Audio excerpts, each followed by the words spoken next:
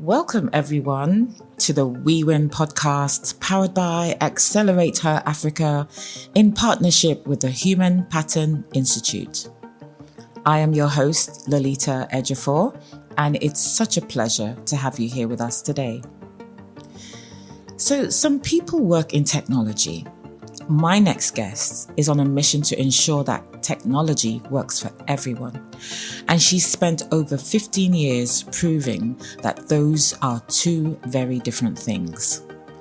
As a technology and infrastructure business leader, she has designed and deployed solutions across 30 states in Nigeria, serving over 1,000 clients across 12 industries. Her strategies have delivered over 90% operational growth, and her fingerprints are on the very infrastructure that keeps Nigeria connected. But her work doesn't stop at the corporate level. She is fighting to make the internet open, secure, and trustworthy for all. She has spoken on global stages and is passionate about pulling the next generation of girls and women into STEM because she knows that closing the digital divide begins with who we let into the room. Please welcome our extraordinary guest, Tinuade Oguntuyi. Hi, Tinuade. How are you doing today? I'm very fine, thank you. So glad you could join us. Same here. Tinuade, you once shared a powerful moment from your early career, crawling on the floor to fix cables and being mocked as an under-the-table engineer. Now that you are a general manager sitting at the head of the table, how do you actively ensure you never lose touch with the people still on the ground, keeping your network running? Thank you so much for that question. And by the way, I should say thank you so much for having me on this podcast. I really appreciate it. Awesome. Staying close to the people under the table has been one deliberate thing I've adopted, and I do. Not for anything, I also see myself in them. I knew what the struggles were, and it was real. I know clearly that if a lot of people that you work with don't believe in maybe the value you bring or your importance or the ability to grow, there is every tendency that people just, get tired and leave it like, okay, I don't think there is any part for me here. So I make sure that their voices are heard, they feel seen, and their contributions are really valued. So I nickname almost every engineer I work with. That's my first style. Or let me say in this chain, that's the first approach. And why do I nickname them? So I have somebody on my team I call performer. Every time this engineer hears this, you can imagine already what it feels like whenever he's trying to either pull the cables, try to run it on the mast or tower, or try to crimp, like, oh, somebody called me a performer. I have to live up to this name. Right. I have to live up to this title, depending on how the person sees it. And I try to also get to know, because the times have changed, the challenges also evolve, to get their own feedback from the field. Because I've once been there, and I know how this feels when a client, for instance, that is already aggravated is shouting at you. What are you guys doing? You don't know what you're doing. And so I want to hear them. I want to hear, how do you address this? Do you have some of these challenges? And sometimes you might even get to a place you want to work. You're already tired. You've been at the base station. You just want to tidy it up at the client's end, and they are not securing access for you. It is really, really tiring. I use my South African boss who I say inundated. You get tired. You just want to leave it and walk away. So many a times being deliberate to also listen to them. What is happening out there? How are you feeling about this job? Are you still enjoying what you do? Some of those questions have also helped. And they know that they can always pour their heart to me. Because the only way you get to hear people is to really stay connected with them. No titles, no GM. It's just another engineer talking to another. Absolutely. After all, leadership isn't a title. There are two things that stuck with me. your ability to do this work yourself. So you roll up your sleeves and you get on the ground. And secondly, giving them empowering nicknames, which becomes a mantle for them to take on as they work, is a very good way to encourage good work. You originally wanted to be a doctor, but fate pushed you into computer science. Now, in your work managing critical infrastructures for banks and hospitals, the network going down puts lives and livelihoods at risk. You once saw a bank manager cry because a link was down. Did that moment shift your view of your job from fixing tech to saving days? Absolutely. It did. That was a reframing moment for me, I must say. And I saw life in what I do. It was just beyond configuring routers, switches, or, making links work. It's about people. It's about another person's day. I had this very strong control over how another person's day will go. Like maybe this woman gets back home and she's like, oh, I had a bad day. And somebody asks why. And she says, because when it was just 2 minutes to close the day, the network went down. It became more important to me seeing other people's lives tied to what I do. Knowing that somebody can be at the counter trying to buy that draft just to quickly pay the school fees of a child, and the network is down and there is nothing they can do about it. Knowing fully well that somebody just wants to settle maybe hospital bills and they cannot just withdraw over the counter or ATM because the network is down. Then it became a mission, not just a job that pays salary. I connected with it so much that, just this week, we lost some links and I cried. And I had to walk out of my office so that the other colleague doesn't see me. Somebody might say, oh, that's too emotional. But it means a lot to me now than just, it is not business as usual for me. I cried because I felt, oh, a lot has gone into this. Why did this client pull this on me? The team had done so much. And definitely, if they say maybe, oh, we are closing down another, some families are also tied to this. So it became more than just, throwing cables around, trying to make a satellite or a radio link or a fiber network work somewhere, or using a SIM card to provision service. It's like destinies are attached. You said I wanted medicine. Now I'm seeing this in a bigger picture. And infrastructure is emotional for me now, not like just any other person will see it. That singular experience shaped everything. Wow. I can see how your empathy allows you to connect activities that happen behind the scenes to the impact of what happens on the front line and how it affects daily life. It's very laudable. Right. So you've achieved a 90% return rate for operational growth and penetrated over 30 states in Nigeria. Scaling infrastructure here is notoriously difficult with issues like power, vandalism, and community unrest. When you are staring at a logistics nightmare that makes no sense on paper, what is the specific mental switch you flip to move from this is impossible to how do we solve this? I only spoke about the emotional part, but I will also tell you about my engineering progress now. And I like that part that you said on paper, because to be truthful, some things might even work on paper, but they don't work with people, and vice versa. I ask myself the critical question, what part of this is controllable?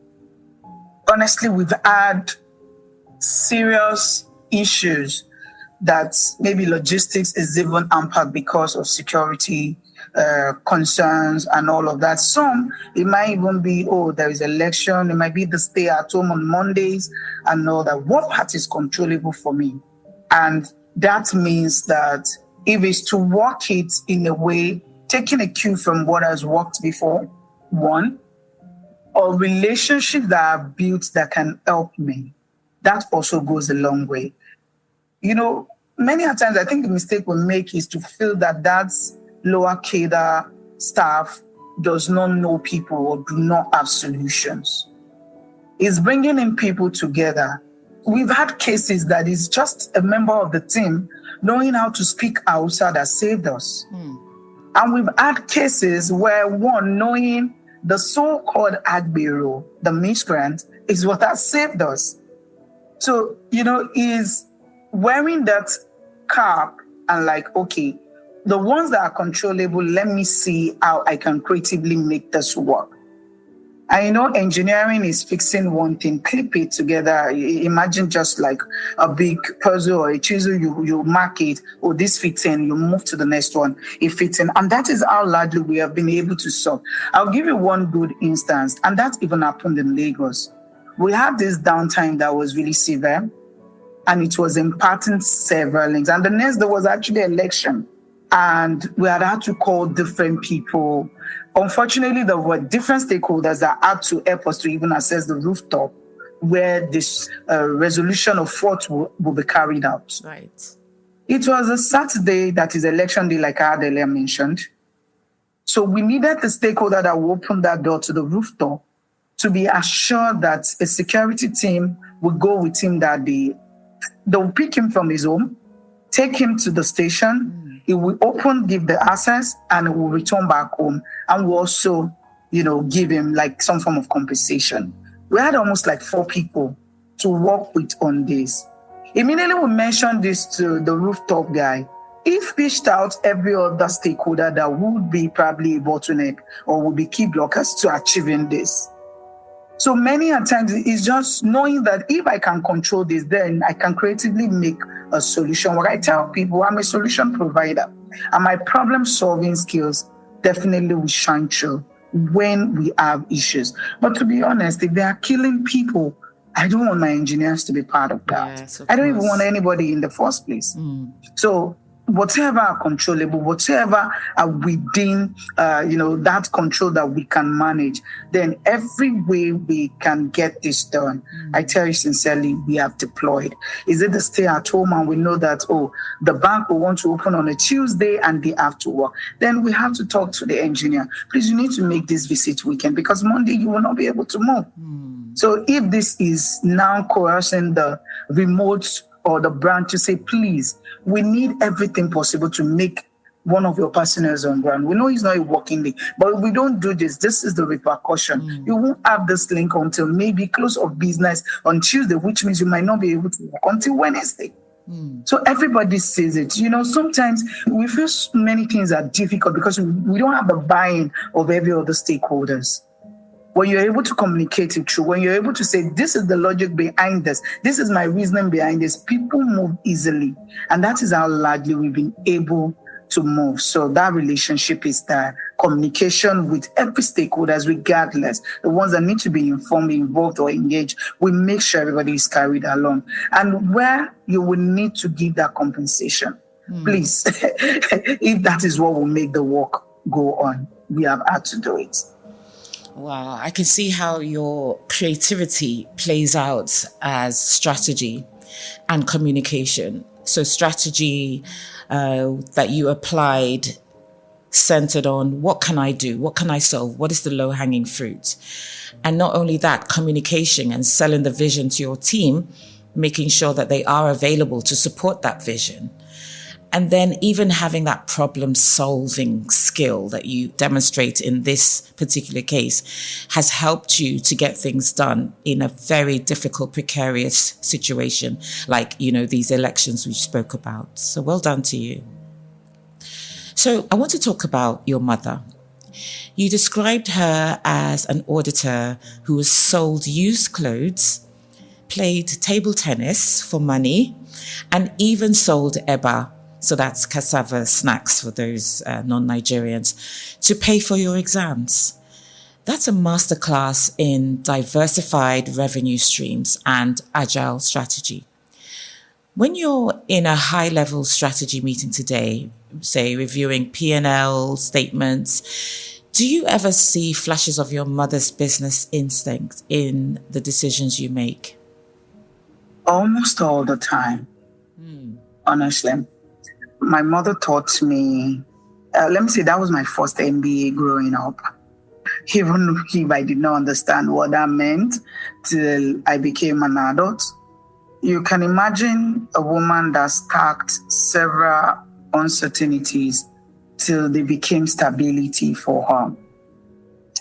And I see her do a lot of things. And I guess most times I try to tell myself that looking at how or level of our own exposure, if she's able to do all of that and combine them, how much more? I think to a large extent, I even have more exposure, especially when it comes to academics. What line of our business is carrying us? Which one do we have to apply the 2080 rule? Every time everybody talks about cash flow and all that. And I saw this woman, do the very easy to get money kind of business, like the EBA you mentioned. If you remember, I told you that normally when you go to restaurants or local shops where they sell food, you will buy EBA, which is the cassava flour pounded like a dough, and you will have it with a stew or soup. But what she was selling was just the EBA without all of those other heavy logistical things to do, maybe make soup and all of that. So people can cook their soup and they can come and buy the already made EBA from her. But this was a daily thing. So money comes in every day. The thrifts that she sells is the end of the month. She gathers that money and she will go again to buy. She learned how to sew, and she could bring that to sew for people, get out of that money to buy materials for herself, and sew also, saving our costs already on our own wardrobe. And she will play table tennis. So they will sponsor the trip to the state she's going to and pay her. And, she wins a lot of time too. So she gets trophies and get money, remuneration too. And she still works as an auditor. So that has impacted me a lot. I deliberately teach people I work with entrepreneurship, but I know coming from you're working with somebody, entrepreneurship, like we call it, because I know that is very, very important for anyone at all in a business to try. So it helps me to pick quickly. When we fail, let's fail fast, so that we are not just keeping resource in a thing that will not yield a thing. And it needs to be revisited. We look at it. When we look at the numbers, this line of this business is not doing this. What about if we merge it? What about if we maybe just take this out? Let's refocus on this, because this is what sustains us. I learned a lot of that from my mother, and I'm really grateful to her for this. I know at a later time she will listen to this podcast like she had listened to so many, and she will tell me, your children will also talk about you in the good light.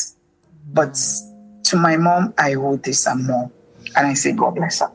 Wow, God bless her indeed. I mean, in any era, your mum would survive and thrive for sure. You've mentioned having to work twice as hard as your male contemporaries. There is a debate right now. Should we tell women to work harder, or should we focus on fixing the system? Where do you stand? Is working twice as hard the only realistic survival strategy, or do we need to stop romanticizing the struggle? I'll go with both, and I'll tell you the rationale behind this. Yes, I've worked twice as other. In fact, I put somebody on an interview before that.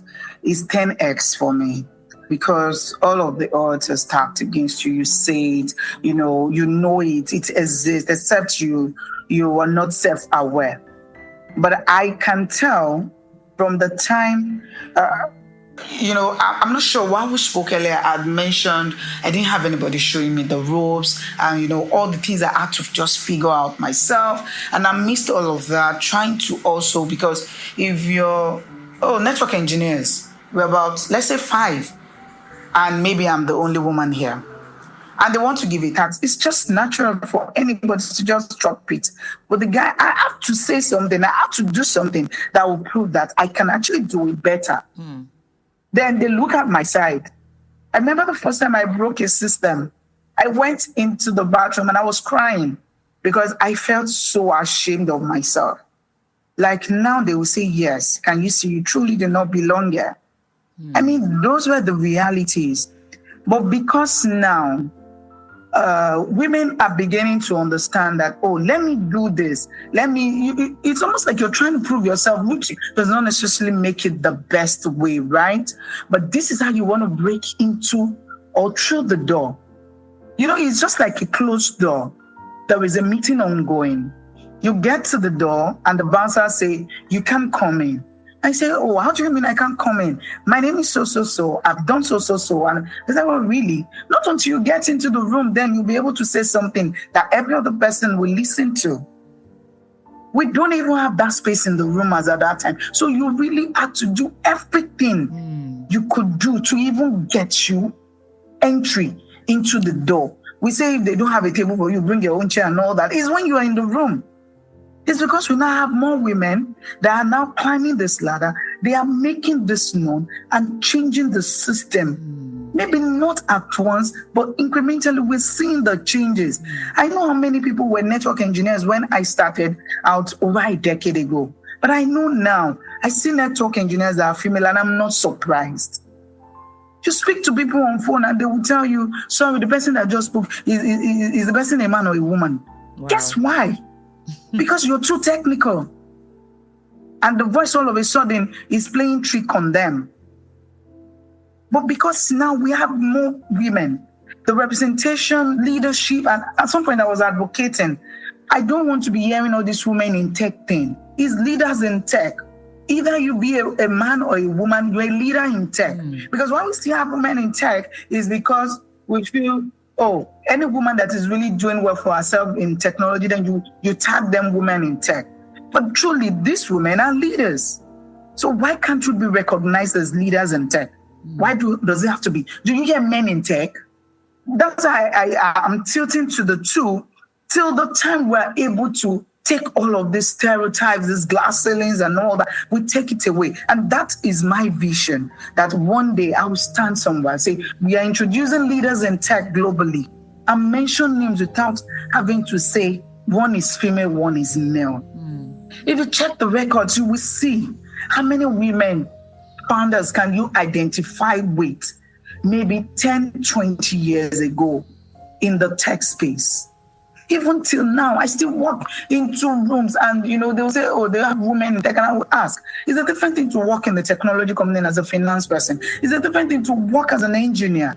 Your realities might look same, but truly they are not. The silent treatment sometimes you get because you are a woman. And I don't blame the male contemporaries on all of this. You're 5 people, 4 are men. They want to do their normal chit chat. You're there. Can they even do it? At some point, they want to really do it. They excuse you or you excuse them. And all of those bias begin setting. But imagine if we are 5, there are 2 ladies at least. If the men go, won't the other lady have somebody to do our own chit chat with? So we are creating those rooms. And I think we're getting there. Yeah. But imagine you walk into a place, for myself, GM Technical, and somebody wants to perceive you like, maybe the CEO likes her.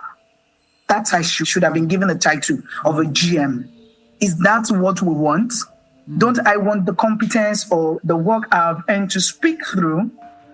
So everything I need to do to really get that, then I would do the legit way. Not as if not paying attention to rest, to pause, to reflect, to take it up from where. Do you know how many things bother a young woman in a day or every month? My husband has exams to do. We come in, we start reading. Then I will still need to fix the children and all that. When I have exams to read, I combine all of that too. Thank God for supportive partners these days that also will jump in. But is there every woman that even has that? So you imagine you don't even do, and let me create a balance.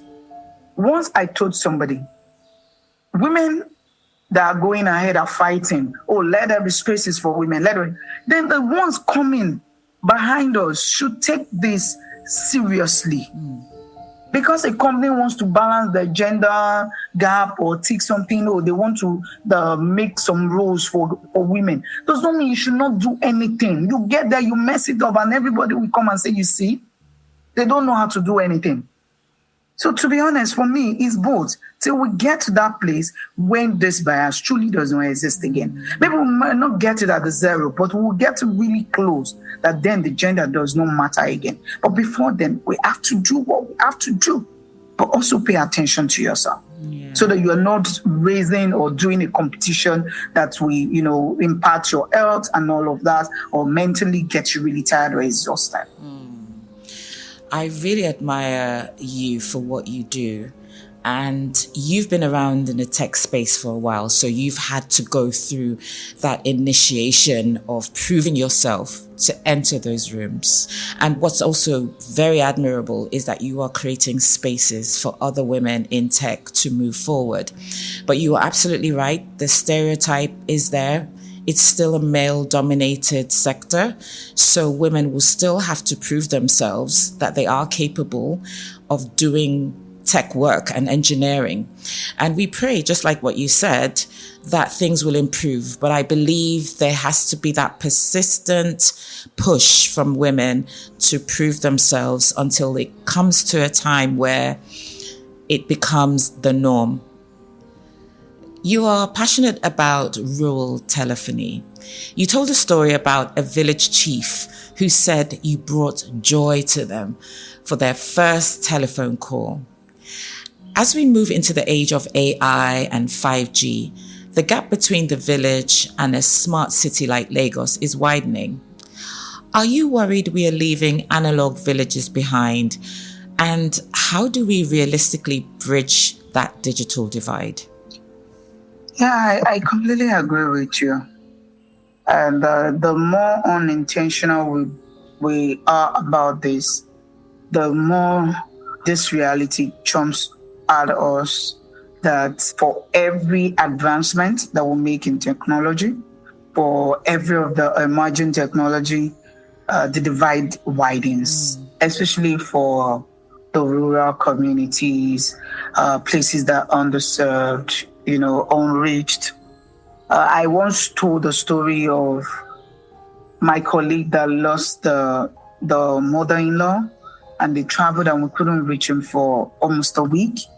And eventually when he got to, another suburb, he could make call. And he told us that, we are enjoying in Lagos, because they needed to travel miles and they would stay on one mountain to get network. And before they will even get there, because he is not used to that lifestyle, he's already tired. And sadly, he can't give his phone to somebody to make that call on his behalf. So he turns back. And when he had tried that like twice, he gave up on it, and, he became incommunicado and he left it like that. And that is the reality when we... And I understand, to be honest, because I'm for profit too, as much as I do social impact work. Matching the numbers, the ROI does not look like it's there when you want to deploy, fiber, how many kilometers, you have to deal with the right of ways, and you have to, put infrastructure. But solving this problem will go beyond just the buzzwords of, closing the digital divide, or 2030, SDG, developmental goals and all that. It's a whole lot of intentionality. And to be honest, we are doing that. At least I can speak for ICSL, Information Connectivity Solutions Limited, where I work, that we are really, really deliberate about this. And that is the same way the milk industry was turned into a sachet industry, where even children of the poor can get a sachet milk and still take milk. It's the same way we're trying to sachetize telecommunications infrastructure, especially for the rural community, so that where we can take all the long distance fiber cables, where we can run those large microwave radios or put up those towers, at least with satellite communications, we are able to still put communication devices and allow people to be connected. Because whether we like it or not, especially in Nigeria, the rural forms a very large chunk of our percentage. So imagine where we think of the smart cities like Lagos, Abuja, or Kano, or Port Harcourt. We look at all these other places, then it becomes a common word for all of us. Because now we're getting more from these places. Imagine what Alibaba did then in China, where it looked like e-commerce sprung up because it was very intentional to take infrastructure to the rural. So now they produce, and people from the city can actually, get online and other things, and they can also dispatch. Yeah. Or maybe like very advanced country like the US try to subsidize on, logistics just to help all of this to move. So sachetizing telecoms infrastructure is also one that has proven to work. Yeah. I talked about the intentionality, businesses coming together to be intentional, to say that, this is a problem. Maybe the ROI will not match what we have in the cities and, communities that are more advanced. But by the time we start unlocking the wealth in the rural, by empowering them with, digital tools, digital infrastructure, we will be seeing changes. More things will be happening. Then we will not even have overcrowding in the urban areas or, urban cities, because people can stay comfortably and do things. I'm doing a course, and one of the writers said that internet is always seen as something technical, but truthfully, it is not. Internet is both cultural, emotional, is social, is economical. It has everything within it. And when people have it, they can do a lot of things. Yeah. The unimaginable things happen just because people are empowered to be able to utilize it. And, beyond just putting this infrastructure, I'm just speaking because I advocate for this a lot. Exclusion is real, because many times we talk about inclusion a lot, but we don't even just dump digital tools or infrastructure on people without really getting them connected. How many of the devices speaks the language the rural communities, for instance, speak? How many of the devices can make them really feel like they are doing something that will benefit them? All of this is a larger concept, but for the context of what we're talking about, I agree with you that the divide widens when emerging tech or advancement in technology happens, and intentionality is what will break this for us beyond just the buzzwords and all of that. Yeah. I was just having a discussion with a colleague about how blissful life was in the village before telephony and technology arrived on the scene. People would make long journeys without being able to reach out to their loved ones in the city. But nowadays, because of the development of technology, there is that need for further development in the rural areas to maintain those connections and have those filling lives of social connections and development, and even from learning tools for the younger generations. So the world is moving, and the rural areas have to catch up one way or the other. Very true. You've spoken about using affirmations to combat self-doubt, even joking about your height or lack of it when walking into a room. For the woman listening who is technically brilliant, but terrified of the politics of leadership, what is the exact sentence you say to yourself in the mirror before you walk into the room full of men who don't think you belong there? I always tell myself I can do it. I say I'm divinely helped. I have what it takes to thrive. My height, my gender, their assumptions is not my definition. I've been qualified. And whatever I come here to say, one way or the other, I didn't just jump here. I've earned it. I've labored. And everybody can say or think or perceive or, react the way they like. But I'm in here because I have something I bring to this discussion. I know I open my mouth and value comes out. If I'm seated at the back and I speak, everybody wants to turn to see, where did that nugget come out from? So because I have saturated myself with this, I walk in, even if, honestly, I don't even say it. I don't say, over time you say something to yourself, it becomes a part of you. Depending on the meeting, to be honest, even sometimes, you're seated in a room. Maybe everybody's just walking in and it's time to talk and people stand up to talk. They're like, I have something. And that's the truth. As long as it stays inside of me, it's not going to yield anything. It's just like the corn. The proverb of that corn, it goes down, it dies, and it comes up. So I'm speaking that word, it drops and is amplifying people's heart. It's bringing solution. And that is who God has created me to be. So I look above people's faces, like my late dad had taught me when we do debates then. When you feel that you're debating and you lose your words, you can't connect with the people eye to eye. Look above their head and continue speaking. Perhaps intimidation is coming from their head, from their eyes. Then you're looking above it. And you know how it feels when you are above something. Then you feel that control too. You're not, no matter what anybody is trying to say that time, you're just flowing. I can do it, I tell myself every time. I can do it. I can do it. I have what it takes. I have what it takes. Where I am not sufficient, I am divinely helped. And that has helped me largely. And recently I was telling somebody, I said, I find it very difficult why people think a man's brain is different from a woman. And so a woman's brain cannot be technical. Because even till this last week that I'm talking with you, I spoke to someone on phone and he was really inquiring seriously. And he had to just open his mouth and say it. And he said, for years, I've not seen a woman speak this technically. And, you begin to look at it that should this be a compliment? Or, I don't even know how to interpret it. But I think I just saturate my own personal atmosphere with all of this word. I can do it. And when you tell yourself you can do it, I tell my children, I can and I cannot is you. You are the one deciding which one works. If you say I can do it, you definitely see that the universe has ears and you're prepared to really achieve it. And if you say you cannot, even when it's right there in front of you, something will just blow it away. Yeah. So those are largely some of, you check my books, you will see some of these things just plastered all around. Well, I can do it. That is such a great mantra to be entrenched in.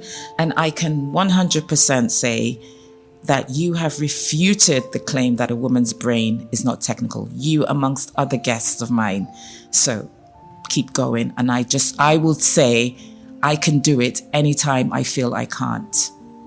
So Tinuade, I'd like you to talk to us about the Tinuade Tech Foundation.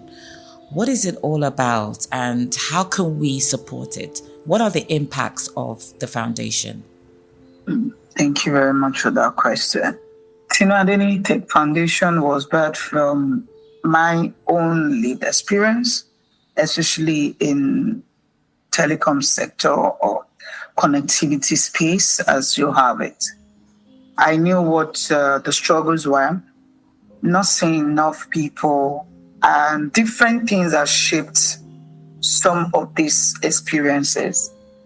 So while I thought I did not have anybody to show me the ropes as a computer scientist that now got in an internship role and really looking forward to pursuing this, I've also been to places where girls, women don't even know what this is all about. And the whole idea is to help people that are marginalized, those that have been told the lie or have believed the lie that they don't have a voice when it comes to STEM. Science, technology, engineering, and mathematics is not a boys' club. By the way, I have all boys, but I'm glad they understand this passion of mine. And once, I don't know if I told you that they have told me, oh, mom is the condor when I came in with yet another award. But I know that there is a lot that a girl child can do for a giving. There is a lot that woman that you feel cannot type on a computer can do if only they are taking through all of this, these bits. And there are also still women that second guess themselves just because they feel this field is difficult. This one, I cannot crack it. So we're taking this message to public schools, to deportees that thought all is ended, to that woman that is working and is just looking at, if only I can learn something about tech to better my life, to those slums that have so many talent buried, but just looking for somebody to fine-tune and they will shine through. That is largely what Tinuade Tech Foundation is out to do. To be honest, when it comes to support, I think the biggest support is having people with shared vision to come, mentor, volunteer, give us advice on how to really reach some of this, communities. We intend to, go to communities, spring up maybe screens, teach them in languages they can understand. Thank God for AI tools that does some of this interpretation. But, to go to these places need funds. You need to also appreciate people that are taking their time. Even you're not paying them for the work done because you might really not be able to compensate that. But maybe to cater for the logistics. People want to practice. They don't have devices. You have taught them, but you have to go. They have to work. They don't have electricity. They don't have maybe mobile devices. Some even have, but they don't have internet access. And, these are largely some of the support. Some still feel that, if I have certificate in my name, it will help me. And we are also calling for collaboration with global platforms, Cisco, Arcad, Amazon, Google platforms, where young girls, women can do things, get on lab, maybe one instructor facing them, telling them, this is how you use this to change your world. So all of this are some of the support. But so far, we have been able to run some workshops. We've tried to bring people closer to what these technologies are. If you do cloud computing, what does it really mean? And what problem does it really solve? Just recently I was telling my son, I said, I don't think people should be asking what you want to become in future. What problem do you want to solve when you grow up or even as you start out now? So we want them to see what problems all of these domains solve, not just taking titles of, I'm a cybersecurity engineer, or I'm a cloud engineer, or I'm into digital marketing. What problem is he able to solve? When they see that problem that they are solving, then they know that it's not business as usual. Thank you so much. Thank you so much for explaining that. I believe the Tinuade Tech Foundation is solving a problem today, which is to ensure that women and girls have the opportunity to be part of the tech space and to learn more about digital improvements. And regarding support, all you're asking for is time, skills, and providing mentorship, tools, and platforms that promote digital growth. That's great. Okay, so finally, you're an award-winning leader, a tech titan, and a GM. If you could go back to that young girl, the one who was disappointed she didn't get into the medical school and had to settle for the computer course, what is the one thing you would tell her about the accident that became her destiny? This very disappointment you felt, it's not a detour, it's a skill. You are going to heal a patient at a time, But now you build systems that will make hospitals run and have thousands to benefit from. You build systems that will make people to be financially included, that will make banks, people of affluence, to go by their day. You're building systems that make the rural communities talk to themselves, feel like there is something that they can also use technology to achieve. So the accident is not a digression from destiny. It's just coming in this skill that God has seen that you have to really work on. And that's largely what I would tell that Tinuade that fainted when she saw that her name did not come out from the admission list at Unilag. Oh, wow. Well, thank goodness that Tinuade got up and fulfilled her destiny. Tinuade, I'd like to say a huge thank you for joining us today and sharing your insights. I hope you enjoyed yourself, and thank you again. Thank you so much for having me. A really big thank you to you and your team for putting this together, making voices to be heard globally. And I pray that God continues to prosper the works of your hand. Thank you so much. Amen, and thank you. So Tinuade has shared quite a few insights, things that we probably already know, that for a long time, the tech space wasn't seen as a space for women. But women are starting to step up. Women like her are paving the way for other women to come into those tech spaces and be creative and use their unique talent and perspective for good. She talked about the gap between the smart cities and the rural areas and how they too can benefit from technological development. Just the ability to make that phone call to a loved one to say, hey, I'm home, or are you well, gives so much joy. And leadership is not just a title. Tinuade shows so much empathy, not just for her colleagues, but for the users, for the people who use that technology, rely on that technology to carry out their function, to even save lives. It's something that we need to think about in our various roles. What do you do today that has an impact on people tomorrow? I'd like you to sit with that. Again, I would say thank you so much for joining us today on the We Win podcast. I hope you all enjoy this episode and do have a great day.